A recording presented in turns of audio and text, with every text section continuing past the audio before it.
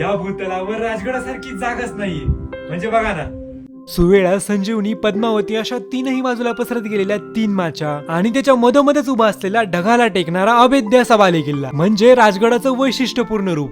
वयाच्या 16व्या वर्षी रायरेश्वरावरील स्वराज्य स्थापनेच्या प्रतिज्ञेपासून सुरू झालेले हे सह्याद्रीच्या दऱ्याखोऱ्यांमधील स्वराज्य पुरंदरच्या तहात संपुष्टात आल्यासारखं वाटत असताना संपूर्ण जगाला तोंडात बोट घालायला लावेल असं उत्तरेतील नर्मदेच्या तटापासून दक्षिणेतील जिंजीच्या बुरुजापर्यंत हे भलं मोठं राज्य ज्या राजांनी निर्माण केलं तो माझा जाणता राजा या राजगडी राहायचा.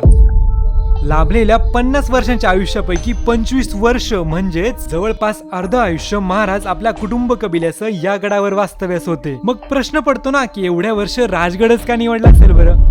तर या प्रश्नाची अनेक उत्तरं आहेत, पण त्या सगळ्यातूनच आपल्याला एक समजतं की आपल्या शिवरायांना हा राजगड किती प्रिय असेल. चिंतलेल्या स्वप्नांपासून साकारलेल्या मूर्तीपर्यंतचा अखंड प्रवास या राजगडाने उघड्या डोळ्यांनी बघितलाय. मग तो अफजल खानाचा वध असो व शाहिस्ते खानाची फजिती, सुरतेची लूट असो व कोंढाण्याची स्वारी, अशा कित्येक मोहिमा आखताना खलबत खानाची शक्तियुक्तीची मशागत केली गेली. त्याचं बी बियाणं आजही या राजगडाच्या मातीत मिसळलेलं आहे. शिवरायांचे कैसे बोलणे, शिवरायांचे कैसे चालणे, शिवरायांची सलगी देणे कैसी असे, हे सगळं काही या तटाबुरुजांनी अनुभवलंय. आजही जेव्हा या राजगडावर गेल्यावर तटाबुरुजांवरून फेरफटका मारताना, इतिहासाची पाने चाळताना, गडावर सण साजरे करताना अगदी शिवकाळात गेल्यासारखं वाटतं.